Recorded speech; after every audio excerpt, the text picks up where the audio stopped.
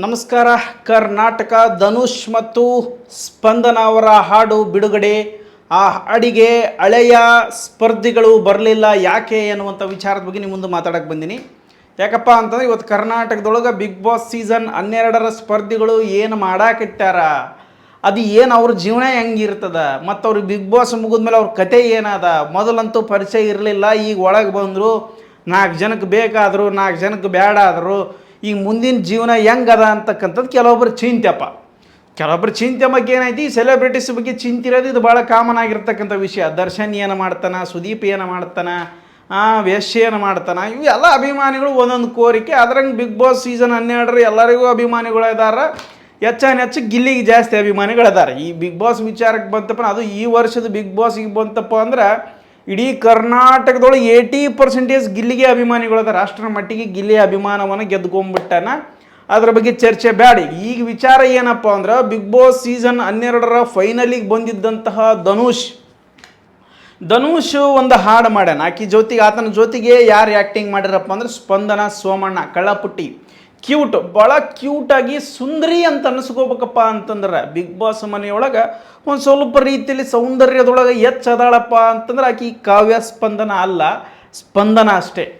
ಕಾವ್ಯ ಅಷ್ಟು ಬ್ಯೂಟಿ ಏನಿಲ್ಲ, ಬಟ್ ಆಕೆಗೆ ಕಲ್ಚರಿಟಿ ಅದ, ಅಂದ್ರೆ ಆಕೆಗೆ ಸ್ವಲ್ಪ ಸಂಸ್ಕೃತಿ ಅದ. ಆ ಗಿಲ್ಲಿ ಮತ್ತು ಆತನ ಸ್ನೇಹ, ಆಕೆಯ ಸ್ನೇಹ ಇರೋದ್ರಿಂದ ಕಾವ್ಯಾಗ ಒಂದು ಸ್ವಲ್ಪ ಬಿಲ್ಡ್ ಸಿಕ್ಕದ. ಸೊ ಹಂಗಾಗಿ ಅದು ಅಭಿಮಾನಿ ಬಳಗ ಹೆಚ್ಚಿರ್ಬೋದು. ಬಟ್ ನಿಜವಾಗ್ಲೂ ಸೌಂದರ್ಯದೊಳಗೆ, ಅದು ಮನಸ್ಸಿನ ಸೌಂದರ್ಯದೊಳಗೆ ಕಾವ್ಯ ಬಲ ಆಗ್ತಾಳೆ. ಸೊ ಈಕೆ ಸೌಂದರ್ಯದೊಳಗೆ ಕೇವಲ ನೋಡಲಿಕ್ಕೆ ಸ್ವಲ್ಪ ಸೌಂದರ್ಯ ಅಂತಂದ್ರೆ ಸ್ಪಂದನ ಇರಬಹುದು. ಹಾಗಾಗಿ ಇವರಿಬ್ಬರ ಜೋಡಿ, ಇವರು ಕೂಡ ಸ್ಪಂದನ ಮತ್ತು ಧನುಷ್ ಒಳ್ಳೆ ಫ್ರೆಂಡ್ಸ್ ಇದ್ರು. ಅದು ಫ್ರೆಂಡ್ಸ್ ಇದ್ರಂತ ವಿಚಾರ ನಡೆದದ, ಆದ್ರೆ ಹೊರಗೆ ಏನೇನು ವಿಚಾರ ನಡೆದು ಗೊತ್ತಿಲ್ಲ. ಅವ ಪಿಟಿಂಗ್ ಮಾಸ್ಟರ್ ಅಂತ ಧನುಷ್ಗಂತಾರ, ಈ ಕಳ್ಳಪುಟ್ಟಿಗೆ ಏನಂತಾರಪ್ಪ ಅಂತಂದರೆ ಕಾವ್ಯನ ಫ್ರೆಂಡ್ ಅಂತಾರೆ ಅಷ್ಟೇ. ಗಿಲ್ಲಿಗೇನು ಅಷ್ಟು ಕ್ಲೋಸ್ ಆಗಿರಲಿಲ್ಲ. ಅವಾಗ ಕಾಮಿಡಿ ಮಾಡ್ತಾರೆ, ಅದು ಬಿಟ್ಟರೆ ಏನು ಮುಂದಿನ ವಿಚಾರ ಇಲ್ಲ. ಆದರೆ ಇವರಿಬ್ಬರು ಒಂದು ಆಲ್ಬಮ್ ಸಾಂಗ್ ಮಾಡ್ತಾರೆ. ಧನುಷ್ ಗೌಡ ಮತ್ತು ಕಳ್ಳಪುಟ್ಟಿ ಆಗಿರತಕ್ಕಂಥ ಸ್ಪಂದನ, ಸೋಮಣ್ಣ ಸೇರಿ ಒಂದು ಹಾಡು ಮಾಡ್ತಾರೆ, ಜಿನುಗೋ ಮಳೆ ಅಂತೇಳಿ. ಆ ಜಿನುಗೋ ಮಳೆ ಒಳಗೆ ಒಳ್ಳೆ ಅದ್ಭುತವಾಗಿರುವಂಥ ಆ್ಯಕ್ಟಿಂಗ್ ಮಾಡೋರು ಇಬ್ಬರು ಸೇರಿ. ನಮ್ಮ ಕೀರ್ತನ ಹೊಳ್ಳ, ನೀವೆಲ್ಲ ನೋಡಿರ್ಬೋದು, ಸಾರಿಗಮಪ್ಪ ಸೀಸನ್ ಅದು ಎಷ್ಟನೇದು ಐತಪ್ಪ ಗೊತ್ತಿಲ್ಲ, ಅವ ಹಾಡು ಆಡೆ. ನಾವು ಭಾಳ ಚಲೋ ಆಡ್ತಿದ್ದ ಮೊದಲು, ಭಾರಿ ಹಾಡು ಆಗಾರ. ನೋಡಕ್ಕೆ ತೆಳಗದನಂದ್ರೆ ಬೆಂಕಿ ಹಾಡು ಆಡ್ತಾನೆ, ಆ ಧ್ವನಿನೂ ಹಂಗೈತಿ. ಅದಾದ ಬಳಿಕ ಅಂಕಿತಾ ಕುಂಡು ಅಂತೇಳಿ ಅವ್ರ ಹೆಸರು. ಆಕೆ ಕೂಡ ಒಳ್ಳೆ ಹಾಡುಗಾರ್ತಿ. ಇವರಿಬ್ಬರು ಕೂಡ ಹಾಡಾಡ್ಯಾರ. ಅವಿನಾಶ್ ಅಂತಕ್ಕಂಥವ್ರು ಸಂಗೀತವನ್ನು ಮಾಡ್ಯಾರ. ಒಳ್ಳೆ ಹಾಡು ಮಸ್ತ್ ಬಂದತೆ. ಲೊಕೇಶನ್ ಕೂಡ ಇನ್ನೂ ಅದ್ಭುತವಾಗಿ ತೋರಿಸ್ಬೋದಾಗಿತ್ತು ಲೊಕೇಶನ್. ಯಾಕಪ್ಪ ಅಂದ್ರೆ ಆ ಕಡೆ ಉಡುಪಿ, ಮಡಿಕೇರಿ, ಶಿವಮೊಗ್ಗ ಹೋಗಿಬಿಟ್ರೆ ಅದ್ಭುತವಾಗಿರೋ ಎಂಥ ಮೊಬೈಲ್ ಒಳಗೆ ಎಂತೆಂಥ ಚಂದ ತೋರಿಸ್ತಾರೆ. ಇನ್ನು ನೀವು ಕ್ಯಾಮ್ರಾದೊಳಗೆ ಶೂಟ್ ಮಾಡಿರಿ. ಆಲ್ಬಮ್ ಸಾಂಗ್, ಇವ್ರು ಆ್ಯಕ್ಚುಲಿ ದೊಡ್ಡ ಸ್ಟಾರ್ಗಳು ಇವರೆಲ್ಲ ಮೊದಲೆಲ್ಲ ಸೀರಿಯಲ್ ಮಾಡ್ಯಾರ. ಇವರು ಸಿನಿಮಾನೇ ಮಾಡ್ಬೋದಾಗಿತ್ತಪ್ಪ. ಹೋಗಿ ಆಲ್ಬಮ್ ಸಾಂಗ್ ಮಾಡ್ಯಾರ. ಅದು ಅವ್ರವ್ರ ವಿಚಾರ, ಅವ್ರವ್ರ ಟೇಸ್ಟ್. ನಾ ಹೇಳಕ್ಕೆ ನಾ ಏನು ರೊಕ್ಕ ಕೊಡವನ ಇಲ್ಲಪ್ಪ. ಮಾಡ್ಯಾರ ನೋಡ್ರಿ ಅಂತ ಹೇಳ್ಯಾರ, ಅಂದ ಬಳಿಕ ನಾವು ವಿಚಾರ ಮಾಡಿ ಹೇಳಕತ್ತೀನಿ, ಅಷ್ಟು ಬಿಟ್ರೆ ಮತ್ತೇನು ವಿಚಾರ ಇಲ್ಲ. ಆಯ್ತು, ಇವರಿಬ್ಬರು ಒಂದು ಆಲ್ಬಮ್ ಸಾಂಗ್ ರೆಡಿ ಮಾಡಿದ್ರು, ಬಿಡುಗಡೆ ಮಾಡ್ಬೇಕಂತ ರೆಡಿ ಆದರು. ಎಲ್ಲರಿಗೆ ಹೇಳಿರ್ತಾರೆ ಮತ್ತೆ ಬರ್ರಿ ಅಂತ. ಆದರೆ ಇವಾಗ ಎಲ್ಲರಿಗೂ ಗೊತ್ತದಲ್ಲ ನಿಮಗೆ, ಇವರಿಬ್ಬರನ್ನ ಬಿಟ್ಟರೆ ಬೇರೆ ಯಾರ್ಯಾರು ಬಂದಿಲ್ಲ ಮಾಜಿ ಸ್ಪರ್ಧಿಗಳು ಅಥವಾ ಸ್ಪರ್ಧಿಗಳು ಯಾರೂ ಬಂದಿಲ್ಲ ಅಂತ. ಈ ಕಡೆ ಸೂರಜ್ ಸಿಂಗ, ರಾಶಿಕಾ ಇವರು ಬಂದಿಲ್ಲ. ಅಶ್ವಿನಿ ಗೌಡ, ಜಾನಿವಿ ಇವರು, ದೊಡವಚ್ಚಿಗವ ಇವರು ಬಂದಿಲ್ಲ. ಈ ಕಡೆ ಕಾವ್ಯ, ಗಿಲ್ಲಿ ಈ ಜೋಡಿನೂ ಬಂದಿಲ್ಲ. ಯಾರು ಬಂದಾರ ಅನ್ನೋದು ಗೊತ್ತಾಗೋದು ನಮಗಿನ್ನು. ಯಾಕಪ್ಪ ಎಲ್ಲರೂ ಶೂಟಿಂಗ್ ಒಳಗೆ ಬ್ಯುಸಿ ಇದಾರಂತ ಧನುಷ್ ಗೌಡ ಹೇಳಕತ್ತಾನ.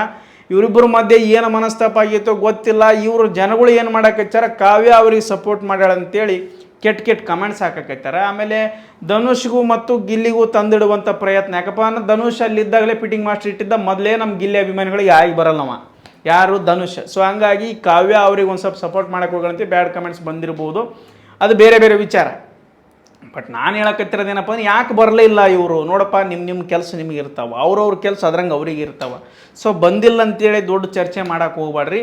ಗಿಲ್ಲಿ ಯಾಕೆ ಬರಲ್ಲಪ್ಪ ಅಂದ್ರೆ, ಗಿಲ್ಲಿ ಎಂತೆಂಥ ಕಾರ್ಯಕ್ರಮಕ್ಕೆ ಬಂದಿಲ್ಲ. ಇನ್ನೇನು ಮೇಡಮ್, ಧನುವೀರ್ ನಟನೆ ಮಾಡಿದ್ದು ಮೊನ್ನೆ ಯಾವುದೊಂದು ಹೊಸ ಪಿಕ್ಚರ್ ಬಂತಪ್ಪ, ಅದರೊಳಗೆ 25 ದಿನದ್ದು ಸಂಭ್ರಮಾಚರಣೆ ನಡೀತಿ, ಹೋಗಲಿಲ್ಲ. ಅಶ್ವಿನಿ ಮೇಡಮ್ ಹೋಗಿದ್ಲ ಅವತ್ತು.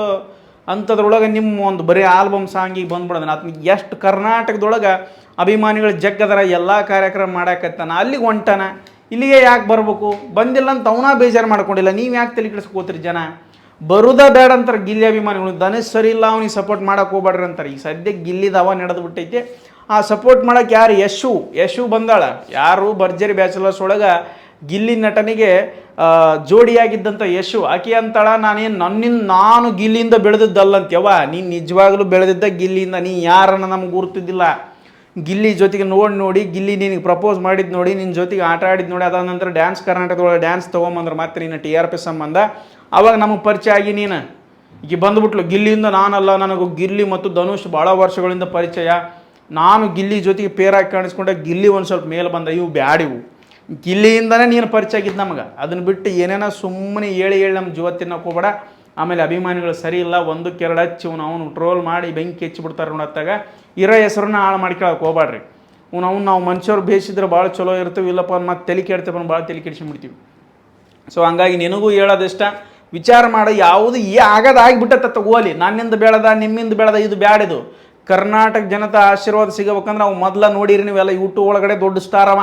ಬಿಗ್ ಬಾಸ್ಗೆಲ್ಲ ನೀವು ಬರ್ಜಲರ್ ಬ್ಯಾಚಲರ್ಸ್ ಅಲ್ಲ, ಈ ಕಾಮಿಡಿ ಕಿಲಾಡಿಗಳೆಲ್ಲ, ಡ್ಯಾನ್ಸ್ ಕರ್ನಾಟಕ ಡ್ಯಾನ್ಸ್ ಅಲ್ಲ, ಎಲ್ಲ ಕಡೆನೂ ಮೊದಲ ಫೇಮಸ್ ಇದ್ದವ. ಅವ ಫೇಮಸ್ ಅದಾನಂತೇಳಿ ಎಲ್ಲ ಕಡೆ ಹಾಕ್ಕೊಂಡಾರ. ಅದನ್ನು ಬಿಟ್ಟು ಇವ್ರು ನಾನು ಅವನಿಂದ ಬೆಳೆದಿಲ್ಲ, ನೀನು ಅವನಿಂದ, ಎಲ್ಲರೂ ಅವನಿಂದಲೇ ಬೆಳೆದಿರಿ. ಬಿಗ್ ಬಾಸ್ ಸೀಸನ್ 12 ಮ್ಯಾಲೆ ಎದ್ದೇಳ್ಬೇಕಪ್ಪ ಅಂತಾನೆ ಅವನ ಕಾರಣ. ಸೊ ಅದನ್ನು ಬಿಗ್ ಬಾಸ್ ಸೀಸನ್ 12 ಎಷ್ಟೋ ಜನಗಳಿಗೆ ಗುರ್ತಾ ಇದ್ದಾರಪ್ಪ ಅಂತಾನೆ ಅದು ಗಿಲ್ಲಿನ ನೋಡೋಕೆ ಹೋಗ್ಯಾರ. ಗಿಲ್ಲಿ ಜೊತೆ ಯಾರ್ಯಾರು ಮಾತಾಡ್ತಾರೆ, ಯಾರ್ಯಾರು ಸಂವಾದ ನಡೆಸ್ಯಾರ, ಅವರ ಜನಕ್ಕೆ ಪರಿಚಯದಾರ ಅಷ್ಟೇ.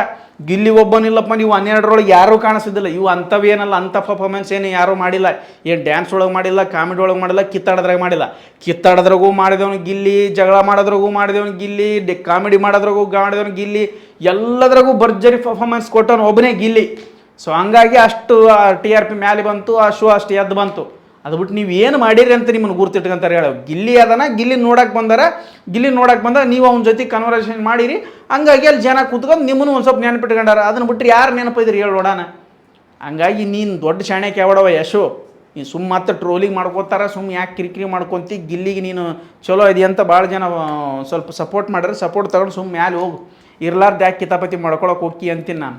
ಇವೆಲ್ಲ ಬೇಡ. ನಿಮ್ಮದು ಆಲ್ಬಮ್ ಸಾಂಗ್ ಏನು ಚಲೋ ಐತೆ, ಬಟ್ ಏನಪ್ಪ ಅಂದ್ರೆ ನೀವು ಸ್ವಲ್ಪ ಇನ್ವೈಟ್ ಮಾಡ್ಬೇಕಾದ್ರೆ ಚಲೋತ್ನಾಗ ಇನ್ವೈಟ್ ಮಾಡಬೇಕಾಗಿತ್ತು. ಗಿಲ್ಲಿ ಅಂತೂ ಬಿಜಿ ಬರೋಕ್ಕೆ ಸಾಧ್ಯನೇ ಇಲ್ಲ. ನೀವು ಬಂದಿಲ್ಲ ಅಂದರೆ ಏನಾರು ತಿಳ್ಕೊರಿ, ನಮಗದು ಬೇಕಾಗಿಲ್ಲ. ಗಿಲ್ಲಿ ಒಟ್ಟು ಫುಲ್ ಬಿಜಿ ಅಂತಕ್ಕಂಥದ್ದು ಅಷ್ಟೇ ನಮ್ಮ ವಿಚಾರ. ಸೊ ಹಂಗಾಗಿ ಈ ಎಲ್ಲ ಸ್ಪರ್ಧಿಗಳೊಂದಿಗೂ ಕೂಡ ಧನುಷ್ ಅವರಾಗೆ ಒಂದು ಅಭಿಮಾನ ಐತೋ ಇಲ್ಲವೋ ಗೊತ್ತಿಲ್ಲ. ಅಟ್ಲೀಸ್ಟ್ ಲಾಸ್ಟಿಗೆ ಅಭಿಷೇಕ್ ಆದ್ರೆ ಬರ್ಬೋದಾಗಿತ್ತು, ಅಭಿಷೇಕ್ ಕೂಡ ಬಂದಿಲ್ಲ. ಸೂರಜ್ ಸಿಂಗ್ ರಾಶಿಕ್ ಆದ್ರೆ ಬರ್ಬೋದು, ಅವರೂ ಬಂದಿಲ್ಲ. ಚಿಗವದೋಡ ಅವರೂ ಬಂದಿಲ್ಲ. ಸೊ ಹಂಗಾಗಿ ನೀನು ಯಾವ ರೀತಿ ಅಭಿಮಾನ ಬೆಳೆಸ್ಕೊಂಡೇನೋ ನಿನಗೆ ಗೊತ್ತಿರ್ತದೆ. ಅದ್ರ ಬಗ್ಗೆ ನಾವು ಮತ್ತೇನು ಕೇಳಂಗಿಲ್ಲ. ನಮ್ಮ ಹಳ್ಳಿ ಜನಕ್ಕಾದ್ರೆ ಮದುವೆಯಾಗ ಮತ್ತು ಸತ್ತಾಗ ಎಷ್ಟು ಜನ ಬರ್ತಾರೆ ಅದ್ರ ಮೇಲೆ ಡಿಪೆಂಡ್ ಅಪ್ ಆಗ್ತೈತಿ. ಎಷ್ಟು ಫೇಮಸ್ ಅದಾನಂತೇಳಿ, ಎಷ್ಟು ಮಂದಿಗೆ ಬೇಕಾಗೇನಂತೇಳಿ. ನೀನೀಗ ಆಲ್ಬಮ್ ಸಾಂಗ್ ಮಾಡಿ ಅಂದ್ರೂ ಯಾರು ಬಂದಿಲ್ಲಪ್ಪ ಅಂತ ತಿಳ್ಕೊಂಬಿಟ್ಟು ನೀವು ಸೆಲೆಬ್ರಿಟಿ ಒಳಗೆ ಎಲ್ಲರೂ ಬರಬೇಕು. ಒಬ್ಬರು ಕಾರ್ಯಕ್ರಮಕ್ಕೆ ಒಬ್ಬರು ಬರ್ತೀರಿ, ಒಬ್ಬರು ಕಾರ್ಯಕ್ರಮಕ್ಕೆ ನೀವು ಹೋಗ್ತೀರಿ. ಸೊ ಹಂಗಾಗಿ ನಿಮಗೆ ಈ ಕಾರ್ಯಕ್ರಮ ನಡೆಸಿರಿ, ಆದರೆ ಯಾರು ಬಂದಿಲ್ಲಪ್ಪ, ನಿಮ್ಮ ಯೋಗ್ಯತೆ ಎಷ್ಟೈತೆ ಅಂತ ತಿಳ್ಕೊಂಬಿಡ್ರಿ ಅಂತ ಹೇಳ್ತಾ ಎಷ್ಟಿಗೆ ಮಾತಾಡೋದು ಬೇಡ. ಅವ್ರನ್ನ ಟ್ರೋಲ್ ಮಾಡೋದು ಅರ್ಥಪೂರ್ಣ ಅವ್ರಿಗೆ ಇರ್ತೈತೆ ಅಂತ ಹೇಳ್ತೀವಿ. ವಿಡಿಯೋ ನಿಮಗೆ ಮುಗಿಸಕತ್ತೀನಿ. ಧನ್ಯವಾದಗಳು.